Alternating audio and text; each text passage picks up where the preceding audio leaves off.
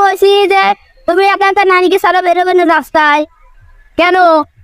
তুমি তো জানো না যে দেশের অবস্থা খারাপ এখন, যে দেশে বাইরে পাড়ায় সবজি তো নানিকে তো পত্রিত, তুমি তাড়াতাড়ি বাড়িতে যাও।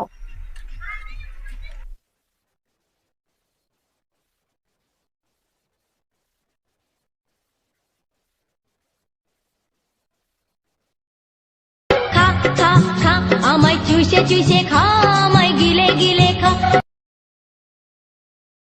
হ্যালো নাতনি, আমি না তোমার কথা তো সত্যি, এখন ঘরে এসে দেখি আমার বউ নাইকে, এখন আমি কি করবো? কি কইছি নানি নাই না, তাড়াতাড়ি আসো তো একটু। দাঁড়াও আমি আইতেছি, ওখানেই থাকো।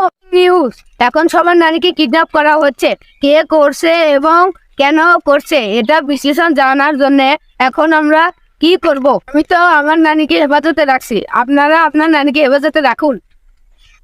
খা খা খা আমায় চুষে চুষে খা। হ্যালো, কি আমার নানিকেও কিডন্যাপ করা হয়েছে?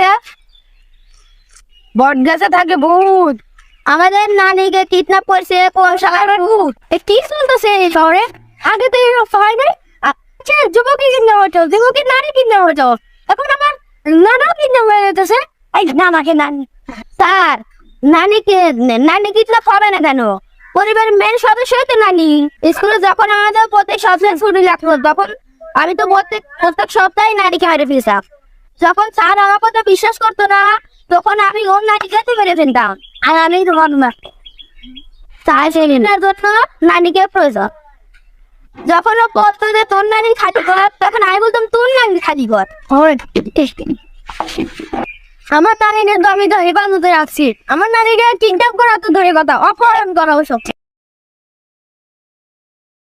খা খা খা আমায় চুষে চুষে খা, আমায় গিলে গিলে খা। আমায় হ্যালো, কি স্যার? স্যার আপনার নানি তো কিডন্যাপ হয়ে গেছে। এবার তো লাগবে হচ্ছে পাঠান রে। স্যার পাঠান তো মারা গেছে, একটা সিক্রেট ব্যাপারে আছে।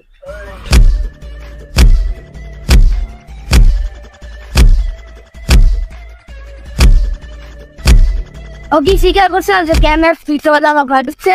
না বল, স্বীকার করে নাই। তবে কি করছি তো গিয়ে আইতো বলে যাচ্ছে।